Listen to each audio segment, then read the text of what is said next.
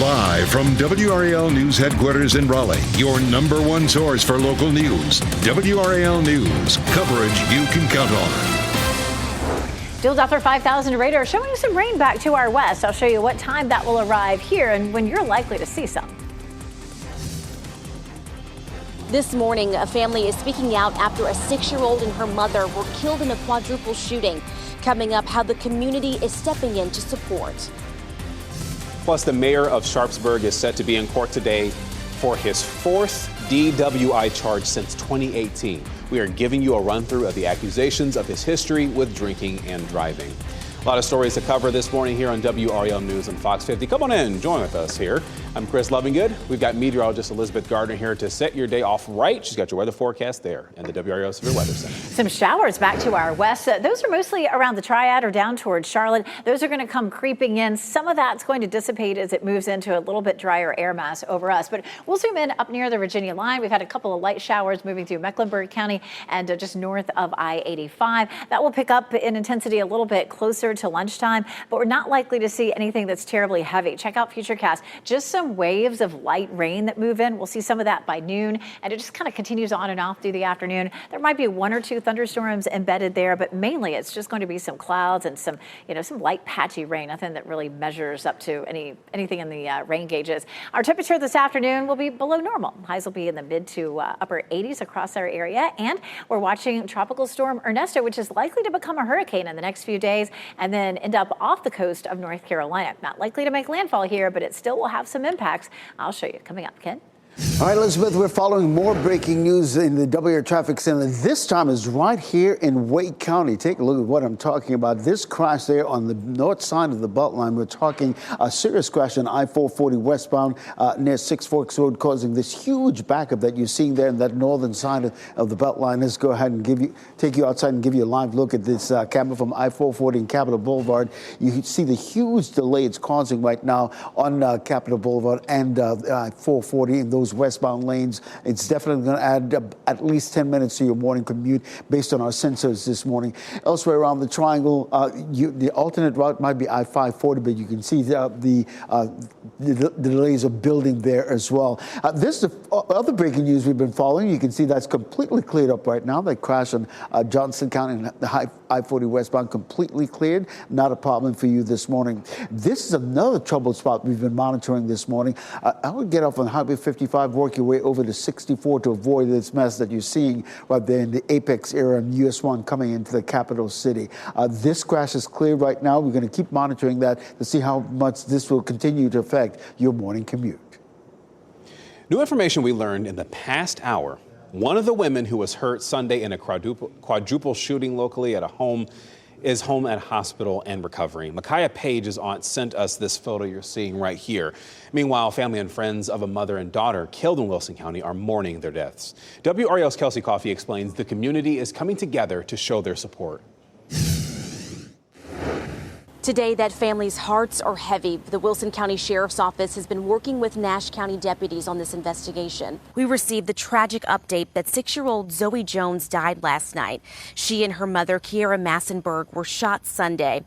Investigators say the man who shot them, Daquan Jones, was Kiera's boyfriend and Zoe's father. Jones shot 2 other people and later killed himself. Family and friends created this GoFundMe page to help with funeral expenses. They've raised nearly $18,000 in just 2 days. A statement on the page says Kiera was a devoted mother, a cherished friend, and a pillar of strength for all who knew her. And it describes Zoe as a bright and innocent soul who brought joy and love into the lives of everyone she met. We're expecting to see more tributes in the next few days to honor the mother and daughter. A balloon release is scheduled for sometime this weekend. We'll be sure to update you on those details. Kelsey Coffey, WRAL News in Wilson County. Today, Sharpsburg Mayor Robert Williams is expected in court on his latest DWI charge. Williams was charged July 1st after he was pulled over in Rocky Mount. A viewer sent us this video showing his arrest. Williams was charged with DWI, driving with a revoked license, having an open container of alcohol, and violating a concealed handgun permit. This was his 3rd DWI charge since December and 4th since 2018. It was actually back in 2018, the night he was elected, he was charged with DWI. Covering Wake County this morning, the start of the traditional school year. It is 2 weeks from today, and schools are considering security upgrades to ensure your child's safety in class. The County Board of Commissioners and Board of Education held a joint meeting on this topic yesterday. Some of the notable new recommendations include consistent door locking mechanisms and shatter-proof glass. The district also recently started enforcing a clear bag policy for events. It also has the anonymous reporting app Say Something and the Rave Panic Button app. The school system is working very hard. They're very committed. They've done their due diligence, a deep dive into finding the best resources to keep our schools safe. Weapons detection systems were also listed as an idea for school leaders to consider, but they weren't discussed at last night's meeting. And today, local leaders in Durham will take a look at the future of the county's school system. Their meeting is happening just weeks before students return to class. WRAL's Laura Levine is at Durham School headquarters this morning. And Laura, city and county leaders will look at enrollment and school capacity over the coming years. Absolutely, and a true sign that school is starting soon here at DPS headquarters. We have staff here arriving to begin their day. We typically don't see that in the middle of the summer, but we are just about 2 weeks away. Now, with all of the growth that we're seeing here in Durham, more housing, as well as more buildings going up, DPS wants to look ahead to see how that'll be reflected in local schools. The district is expecting to see more than 4,000 new students enroll in DPS within the next 10 years. So today, the school district will present a 45-minute presentation with county and city leaders to discuss how to meet its needs. They'll look at what they call long-range planning for synchronized enrollment, capacity concerns, and resident development across the Bull City. We asked Superintendent Anthony Lewis on his first day on the job yesterday how he plans to tackle this issue. So as we think about building utilization and looking at some of our buildings that are right at or sometimes above that 100% level, making sure that we are setting the system up so that these schools can receive our students and the schools that have them can function adequately with the scholars in those classrooms. So this data presented within the presentation today will also give city and county leaders an idea of what funding needs this would require in the coming years. We know that meeting gets underway very soon here at 9 a.m. Laura Levine, WRAL News, live in Durham. People who live in Raleigh's Boylan Heights neighborhood want the city to reconsider closing part of South Street. That's happening to relocate the Red Hat Amphitheater. The city's plan includes closing South Street between Dawson Street and McDowell Street. The Boylan Heights Neighborhood Association says it's not against rebuilding the Red Hat. Its members just want the city to consider other options for how to do this. The group will hold a meeting tonight that is from 7 to 8:30 to talk about how to address this. The meeting will happen at Hartwell on West South Street if you want to go. This morning, Israel and the United States are bracing for a retaliation by Iran and its proxies. This is related to the death of a Hamas political leader in Tehran. Israeli blood banks are preparing. Hospitals are moving patients to basements and shelters are being prepared. The Pentagon is sending a U.S. submarine to join other American warships and fighter jets in the region. Over the weekend, Israel bombed a school in Gaza City being used as a shelter. At least 100 people were killed. And after the break, we're going to explain how the rising tensions are affecting oil prices. Technical issues delayed former President Donald Trump's live interview with Elon Musk. In a post on X, Musk claimed the live stream's outage was a cyber attack, though he provided no evidence of this. The interview started roughly 40 minutes late. But during the talk, Trump recounted his assassination attempt that was against his life, calling it a miracle he survived. He also criticized Kamala Harris's record on the southern border. She's saying she was strong on the border. We're going to be strong. Well, she doesn't have to say it. She could close it up right now. They could do things right now. It's horrible. Now, in response to the interview, the Harris campaign and Trump's entire campaign is about says that his entire campaign is about, quote, servicing self-obsessed rich guys such as Musk. UNC Medical Center in Chapel Hill wants to add another 26 acute care beds. A public hearing for that plan is happening at 11 o'clock this morning at the Chapel Hill Public Library. The project is expected to cost nearly $90 million, and it would be completed in September of 2027. Team USA gymnast Jordan Childs will not get the bronze medal she won back. We're going to get you caught up on the battle between U.S. gymnastics and Olympics arbitrators over the medal, plus this custom prize rapper Flavor Flav gave Childs instead. And this year's MLB All-Star Game MVP is going to have to sit out 2 Red Sox games. Hear more on Jaron Duran's suspension because of a homophobic slur. It is the middle of August, but our temperatures for the next 7 days will be below normal in the afternoons. We do have some showers and thunderstorms in our forecast, including today. I'll walk you through the timeline coming up.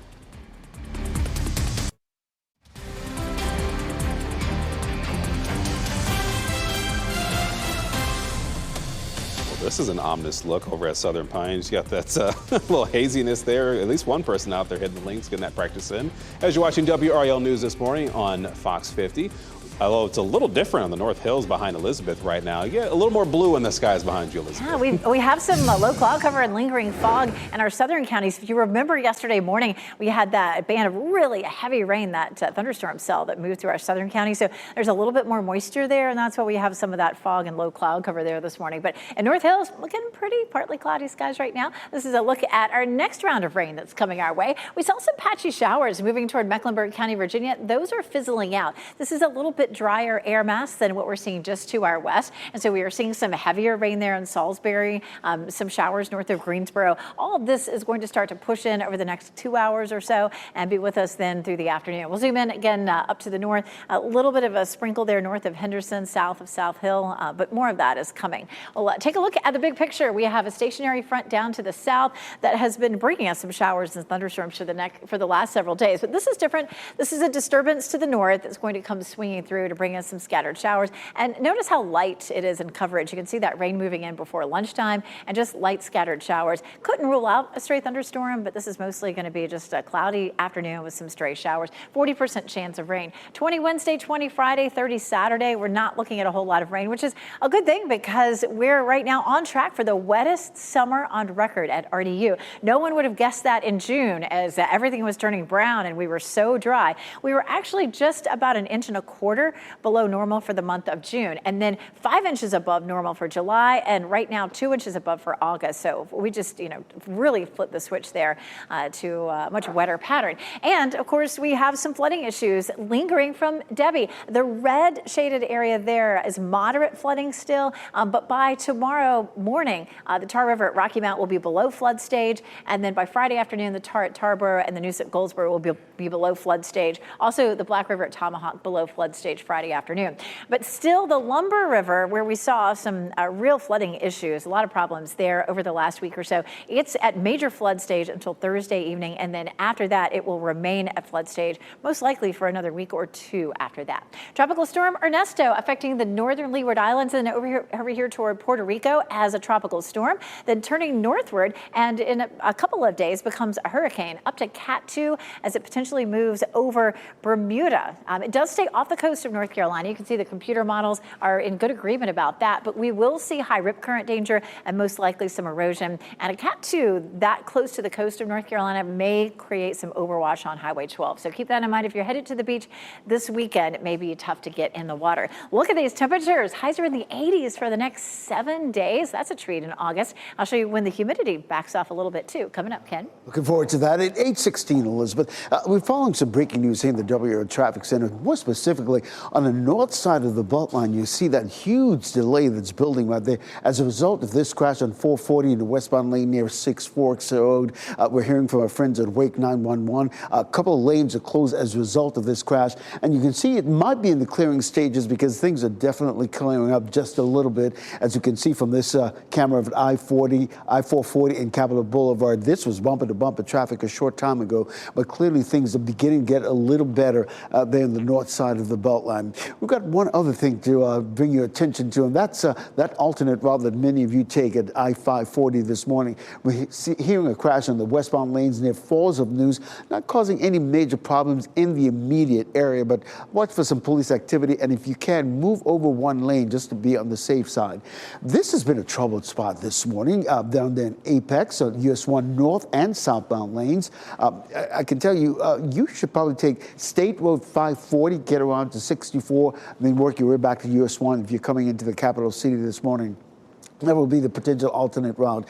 Here's a look at the north side of the Beltline. Once you get past that slowdown that we just showed you on Capitol Boulevard, you're seeing that traffic is flowing nicely in both directions once you get to this section of the Beltline. Again, thank you. Democratic candidate for state superintendent Mo Green is expressing concerns about his opponent, Republican Michelle Morrow, specifically that she's not fit for office. Green said that during an interview with CNN. This happened after a video of Morrow surfaced. She called for then President Donald Trump to, quote, set the Constitution aside and use the military to stay in power. Number one, I think this is deeply disturbing. Number two, I think it's incredibly dangerous.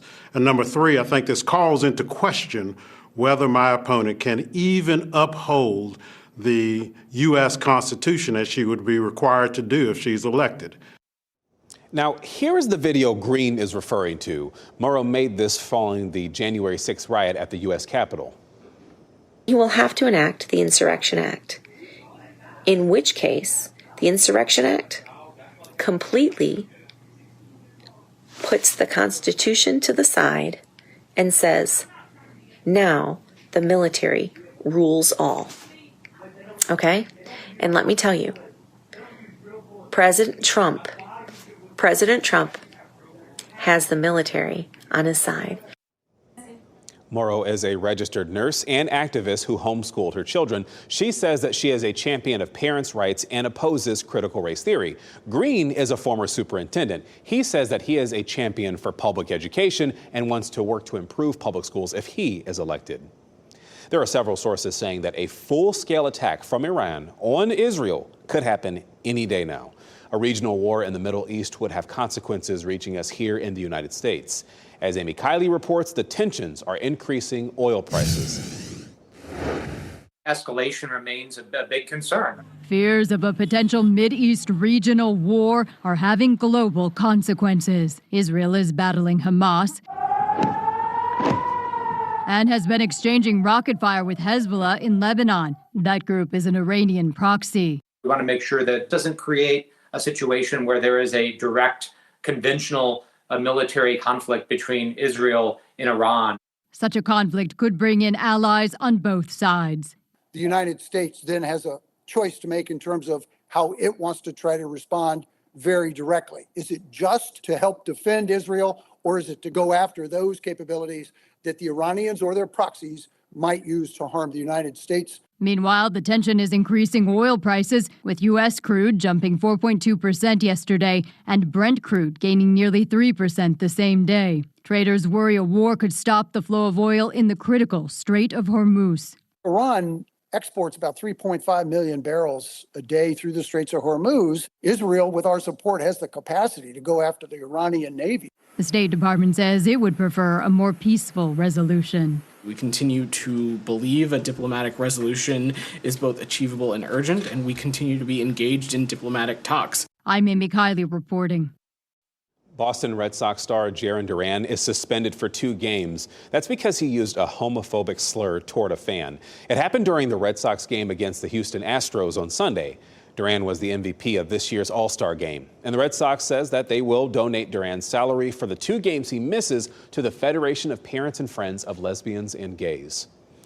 Robert F. Kennedy Jr. will be on the presidential ballot in North Carolina. A Wake County judge rejected an appeal from the state's Democratic Party calling on him to be removed.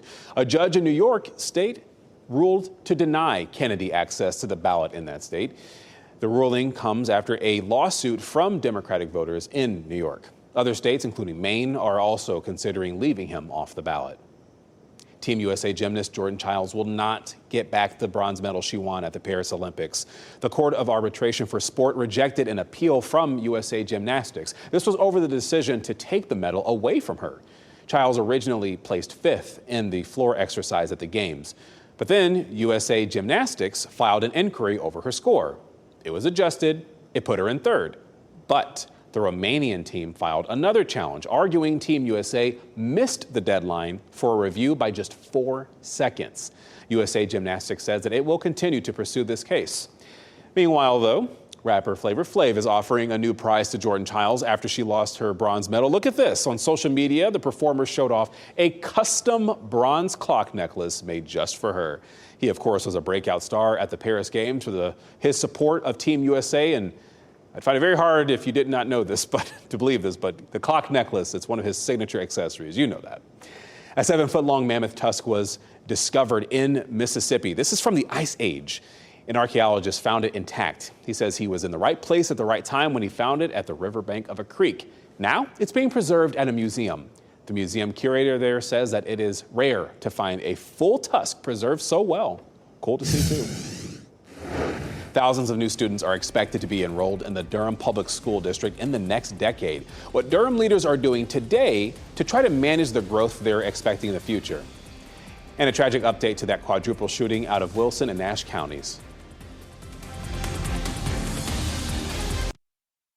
As you get into your car, tune to WRAL News Plus on your radio. In Raleigh on 99.3 FM. In Durham, 96.5 FM. And everywhere on 101.5 HD3. Good morning. Your time is 8:26. I am Chris Lovingood. We'll get you started on your weather forecast with meteorologist Elizabeth Gardner. Rain on the way. This is going to be just some scattered showers, but look at this band, I guess I would say, that's back to our west. As it moves eastward, it'll break up a little bit. We're not necessarily looking at a lot of thunderstorms, but a 40% chance of some showers for us this afternoon. Our temperatures will be on the mild side today. Right now, it's 74 in Durham and in Raleigh, 73 in Fayetteville. Fayetteville and some of our southern counties have had some fog this morning. You can see that starting to break up now, at least around the Fayetteville area. Walking the dog this afternoon, temperatures even at 5, 6 o'clock are going to be in the low 80s, feeling nice and comfortable, but you may need your raincoat or umbrella. Ken? All right, happening now in the WRAL Traffic Center. Definitely traffic has picked up in all our major roadways. You see the northern side of the Beltline, a crash recently cleared around Capitol Boulevard, but you can still see the lingering delays right there. On the south side of the Beltline around Lake Wheeler Road as well, you have I-540. Plan to add about 3 to 5 minutes to your morning commute. Similarly in Durham on I-885 in north and southbound lanes, probably 2 minutes to your morning commute this morning. Thank you, Ken. Durham school leaders are looking at how to manage growth in the county. Today, district leaders will give a 45-minute presentation to county and city leaders about how to meet its needs. Leaders will determine what funding should come from the data presented to determine next steps. And that meeting starts at 9 o'clock, 30 minutes from now.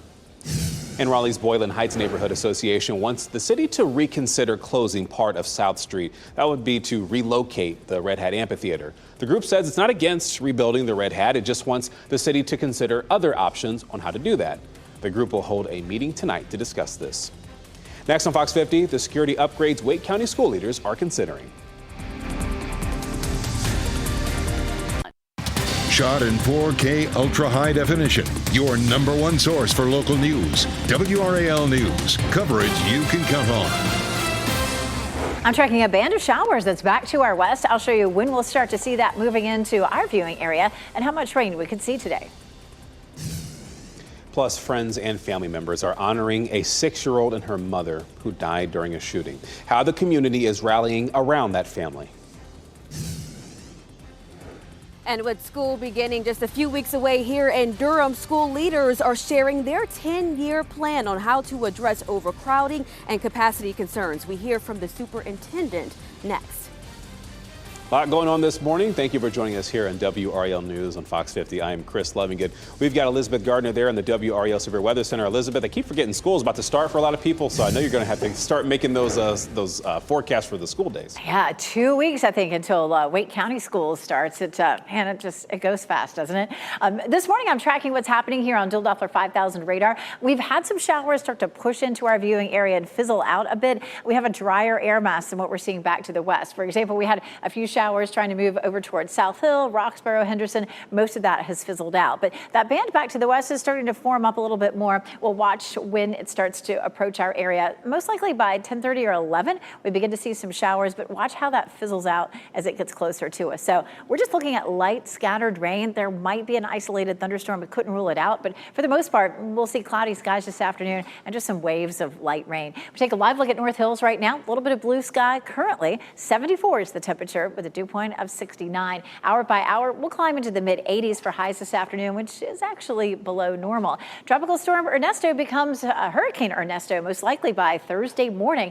Category 2 sitting off the coast of the United States. It doesn't look like it's going to make landfall in North Carolina. However, we'll still have some impacts. I'll show you what we could be seeing for the weekend coming up, Ken. 8:32, Elizabeth. Traffic has definitely picked up out there on all our major roads this morning. So if you're getting ready to leave the house this morning, I would really recommend you giving yourself some extra time this morning, because it's going to cost you about a 3 to 5 minute delay when you take a look at what we're seeing around here. One trouble spot has been right here in Apex. These north and southbound lanes of US 1 this morning has been congested this morning for the last hour and a half or so. I would recommend using State Road 540, getting over to 64, and then working your way back to US 1 if you're coming into the capital city this morning. That's going to save you lots of time this morning, because it's been a real troubled spot to say the least. We've got a couple other things we want to show you. The northern side of the Beltline in terms of what is going to cost you this morning in terms of time. 8 minutes delay time from 540 to US 1, from 440 to US 1, and Wade Avenue, just a couple of minutes there to tell you about. On the north side of the Beltline, that crash is definitely cleared. You see it at I-440 and Capitol Boulevard. Then on the south side of the Beltline, you see things have definitely picked up. This is a live camera at I-40 and Rock Quarry Road, the westbound lanes moving away from us. New information we learned in the past hour and 5 minutes. One of the women who was hurt Sunday in a quadruple shooting is home from the hospital, and she is recovering. You see her right there with that Stay Focused shirt. Micaiah Page's aunt sent us this photo. Meanwhile, family and friends of a mother and daughter killed in that shooting are mourning their deaths. WRAL's Kelsey Coffey explains the community is now coming together to show their support. Today, that family's hearts are heavy. The Wilson County Sheriff's Office has been working with Nash County deputies on this investigation. We received the tragic update that 6-year-old Zoe Jones died last night. She and her mother, Kiera Massenberg, were shot Sunday. Investigators say the man who shot them, Daquan Jones, was Kiera's boyfriend and Zoe's father. Jones shot 2 other people and later killed himself. Family and friends created this GoFundMe page to help with funeral expenses. They've raised nearly $18,000 in just 2 days. A statement on the page says Kiera was a devoted mother, a cherished friend, and a pillar of strength for all who knew her. And it describes Zoe as a bright and innocent soul who brought joy and love into the lives of everyone she met. We're expecting to see more tributes in the next few days to honor the mother and daughter. A balloon release is scheduled for sometime this weekend. We'll be sure to update you on those details. Kelsey Coffey, WRAL News in Wilson County. Today, Sharpsburg Mayor Robert Williams is expected in court on his latest DWI charge. Williams was charged July 1st after he was pulled over in Rocky Mount. A viewer sent us this video you're seeing here. It shows his arrest. Williams was charged with DWI, driving with a revoked license, having an open container of alcohol, and violating a concealed handgun permit. This was the 3rd DWI charge since December and 4th since 2018. Covering Wake County this morning, schools are considering security upgrades to ensure your child's safety in class. As the start of the traditional school year, it's only 2 weeks from today. The County Board of Commissioners and Board of Education held a joint meeting on the topic yesterday. Some of the notable new recommendations include consistent door locking mechanisms and shatterproof glass. Weapons detection systems were also listed as an idea for school leaders to consider, but they weren't discussed at yesterday's meeting. Durham Public School students will also be in class in about 2 weeks' time. Today, local leaders in Durham will take a look at the future of the school system over the next decade. WRAL's Laura Levine tells us city and county leaders will talk about enrollment and classroom capacity. It's no secret Durham is seeing exceptional growth with more developments as well as more housing popping up. Durham Public Schools is looking ahead to the future and how that growth will be reflected in local schools. More than 4,000 new students are expected to enroll in DPS within the next 10 years. So today, the school district will present a 45-minute presentation with county and city leaders to discuss how to meet its needs. They will look at what they call long-range planning for synchronized enrollment, capacity concerns, and resident development across the Bull City. We asked Superintendent Anthony Lewis on his first day on the job yesterday how he plans to tackle this issue. I'm very well aware of the potential increase of potentially 4,800 students over the next 10 years. And so it's incumbent upon us to make sure that we are making decisions today that will benefit those scholars that are not even in our buildings yet. City and county leaders will determine what funding should come from the data that they will look at in this meeting today to discuss next steps. Laura Levine, WRAL News in Durham. People who live in Raleigh's Boylan Heights neighborhood want the city to reconsider closing part of South Street. That's happening to relocate the Red Hat Amphitheater. The city's plan includes closing South Street between Dawson Street and McDowell Street. The Boylan Heights Neighborhood Association says that it's not against rebuilding the Red Hat. It just wants the city to reconsider other options for how to do this. The group will hold a meeting tonight that is from 7 to 8:30 to address this. It's happening at Hartwell on West South Street. WRAL is working to learn the conditions of 2 firefighters hospitalized after battling a house fire in Wake Forest. I want to show you this video here. It's from Sky 5. It's above the house yesterday afternoon on Mangum Hollow Drive. The fire chief says one firefighter fell down the stairs and another one suffered heat-related issues. Both were taken to the hospital. The homeowners were able to get out safely, though, and the family can't live in the home because of smoke damage. The Durham Salvation Army is working to clean up and replace electronics stolen during a break-in. Look at this right here. It's all captured on surveillance video. You'll see here a person breaking through the door and then entering. This happened around midnight yesterday at the Liberty Street location. The Salvation Army officials say that the damage and stolen electronics total in the thousands of dollars range. Somehow, the man spent nearly 4 hours inside this building. It's going to be some cost, but it's a setback, but by any means, it doesn't distract us from the mission. Police are trying to figure out who the person in this video is. Tim Walz will make his first solo appearance as Vice President Kamala Harris's running mate today in Los Angeles. Walz is scheduled to speak at the convention for the American Federation of State, County, and Municipal Employees. He's also planning to attend a fundraiser today. He has other fundraising events scheduled tomorrow and Thursday in Denver, Boston, Rhode Island, and on Long Island. Back here locally, a groundbreaking is happening today for a new high school in Johnston County. This you're seeing on your screen is a rendering of the future Wilson's Mills High School. The project will cost just short of $100 million, and the goal is to finish construction by June 2026. The groundbreaking is happening in about 21 minutes. You know what? Staying calm on live TV, it can be difficult when an earthquake hit. But it wasn't hard for this ESPN anchor. See how she handled an earthquake hitting LA during her live interview. Plus, rinsing your fruits and your veggies may not actually be cleaning them, at least not enough. What a new study reveals about the pesticides that remain on your produce after washing. And you know what? Got a bonus for you here. Taking a live look outside southeast Wake County this morning. You can clearly see some cloudy skies there, a little hazy and some fog too. We're seeing scattered showers this morning with a drop in temperatures. And after the break, when you can expect that system to pass.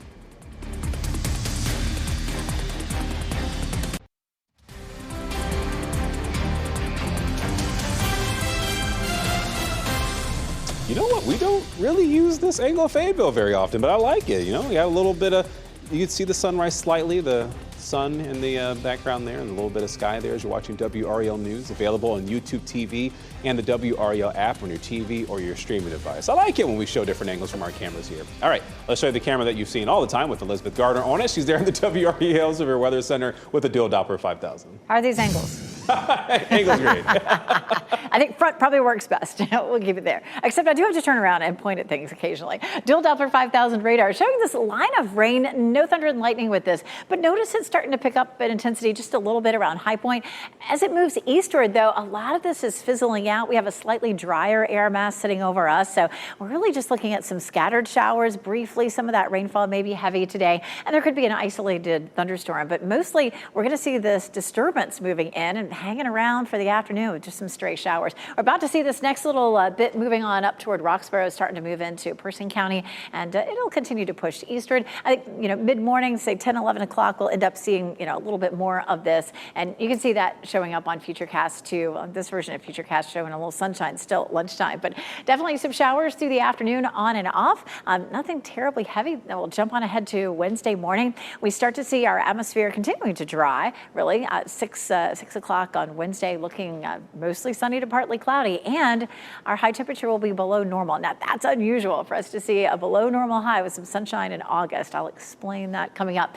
Beautiful in Zebulon right now. Beautiful blue sky here, gorgeous green grass. You know, everything recovered nicely for the end of July into August after all the rain that we've seen. So everything's looking nice and green out there. 74 is our current temperature. Our dew point is 69. And we'll only climb into the mid 80s this afternoon. 84 Raleigh, 83 Durham, 88 in Fayetteville. Now this afternoon it will be pretty cloudy with those scattered showers and isolated thunderstorms. So once this disturbance moves on by, we'll see that sunshine for Wednesday and much of Thursday. And notice how we're going to see our humidity dropping a couple of notches. We take it down to tolerable, which will be in the 60s, and it will definitely be noticeably different. Last week we had that really soupy tropical air mass, so we're starting to feel a little more comfortable out there. 69 is our normal low, and we're looking at temperatures in the mid 60s for the next several mornings, so that'll feel nice. And 89 is our normal high. We're going to keep it below normal all the way into the weekend.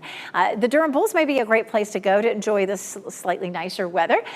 For tomorrow, 84, Thursday and Friday, 87 at game time, and just a very small chance of a shower or thunderstorm. So good place to be. They always have something fun going on, like different things every day. We do have a potential for some showers and thunderstorms over the weekend, but it's only a 30% chance, so I wouldn't bother to change your weekend plans, at least at this point. Jeff Hogan in the WRAL Live Center. We have some breaking news coming in right now. Orange County Sheriff's Office is reporting that this man, Ramon Alston, has escaped from a facility in Chapel Hill. He was at the UNC Gastroenterology facility at 7 a.m. this morning, and he got out. He's 30 years old. He was staying in the Bertie Correctional Facility, but for some reason was in Chapel Hill at this area. He's a convicted on first-degree murder charges. He is seen. There's a bit of a description here. Before I get to that, I want to tell you that in the area there's a campus alert for Durham Tech's Orange County campus. And we have to believe that the two are connected here for this reason. When he was last seen, Ramon Alston, T-shirt on, brown pants, New Balance tennis shoes. He had handcuffs on, okay? So pretty easy identifier there. The handcuffs were connected to a belly chain. If you see him, do not approach him. They are saying that this is somebody that you'll want to call 911 on immediately, and we'll stay on top of this escaped inmate in the WRAL Live Center. Jeff, let us know if you get any updates on that. Thank you. 2 people are in the hospital this morning and 1 person is dead. This is all because of a crash that happened during Tropical Storm Debbie. The Highway Patrol says that a car hydroplaned near the curve where I-40 and 440 merge in Raleigh. That's when it hit another car. The driver of that first car that hydroplaned was 59-year-old Glenda Whaley, and she died. 2 people in the other vehicle were injured. This brings the death toll from Debbie in North Carolina to 4, and we are working to learn the conditions of the people who were injured. The site of the deadliest church shooting in American history has been torn down. Yesterday, a demolition team brought down First Baptist Church in Sutherland Springs, Texas. A gunman killed more than 24 worshipers there in 2017. Church members voted in 2021 to tear it down. Until now, it was being used as a memorial. A new church has since been built for the congregation. The 2024 wildfire season, it is off to a record start. Look at these flames here. Right now, at least 78 wildfires are burning nationwide. They have burned more than 2 million acres. Hundreds of homes are being threatened out west. Forecasters are predicting an intense wildfire season, and this is partly because of higher temperatures, prolonged droughts, even persistent winds. And it's not just here that it's a problem. At least 1 person is dead in the massive wildfire burning near Athens, Greece. Fire authorities say they found the body of a woman in a burnt-out building in a suburb of Athens. At least 15 other people were treated for smoke inhalation. Hundreds of firefighters and dozens of water trucks are trying to stop the spread of flames. Ceasefire negotiations aimed at ending the war between Israel and Hamas are set to continue this week. U.S., Egypt, and Qatar leaders will meet Thursday. Last week, those key mediators said that they will use the meeting to present a final proposal and urge both sides to attend. A major Iranian attack against Israel, it could disrupt that meeting. And a major shift in how people buy and sell homes is just days away from taking effect. There's speculation that this will bring down home prices, but it could also price out first-time buyers. 5 of your site's Keely Arthur is digging into the changes and possible pitfalls, too.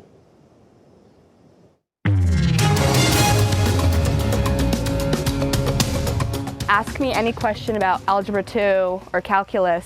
I'm your girl. But the home buying process is completely foreign. As a first-time home buyer, Carly Clift is thankful to have a trusted family friend as her buyer's agent. She's also glad she doesn't have to pay that agent's fee. Yeah, it would have definitely affected how much house I, could have purchased. The seller typically pays the 6% fee that the buyer's agent and seller's agent split.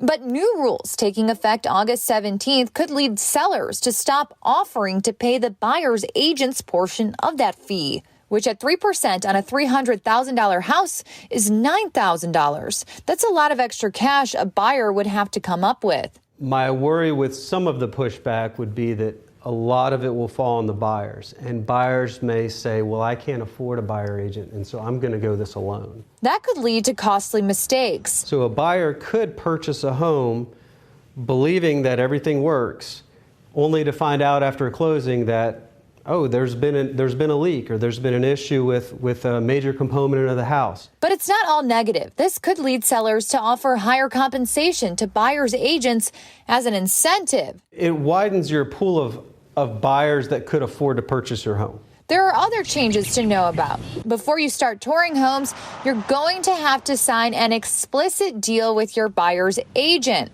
It's important to pay close attention to what's in that agreement and vet your agent before signing.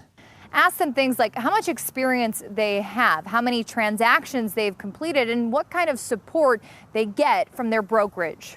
I can't imagine doing it alone. Clift is now closing on a home near Raleigh's Shelley Lake and hopes these changes don't keep others from getting the help of a good agent. You don't know what you don't know, and that's something I've experienced a lot through this process. And at this point, you cannot roll the buyer's agent fee into your mortgage. Keely Arthur, 5 on your side. Don't feel like you got to go with the first real estate agent you get at first. You can make sure you vet, check different ones, make sure that they're a right fit for you. And to find out more on the settlement that got us here, you can go to WRAL.com. A third person died from a listeria outbreak affecting 13 states, including North Carolina. Since May, 43 people have been hospitalized because of this. Food poisoning led to the recall of more than 7 million pounds of boar's head deli meats. Many of the products are meant to be sliced at grocery store counters and prepackaged meats. So if you have these products, you may want to throw those out. It may take more than a quick rinse to get pesticides off your produce. A study published in the American Chemical Society journals found pesticides likely stay on fruits and vegetables after they're washed with water. That's because they found pesticides can penetrate the peel and the pulp layer of produce. Peeling fruits and vegetables may reduce the ingestion of pesticides. All right, got to show you this video. An ESPN anchor managed to keep calm even as her studio started shaking. You can check out how Malika Andrews responded as an earthquake rattled her LA studio.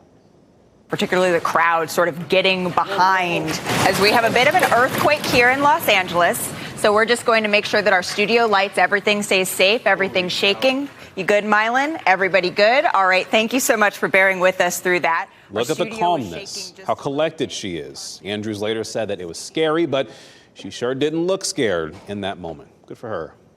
Vince Vaughn is the newest star on the Hollywood Walk of Fame. The old school and Wedding Crasher star was joined by his wife and kids for his ceremony yesterday. His star is the 2,786th on the Walk of Fame. Also, why isn't dodgeball on that list? Producer, add that next time. No, I'm just kidding. Before we go to break, here are the winning lottery numbers for you, and we're going to get another check on weather and traffic next.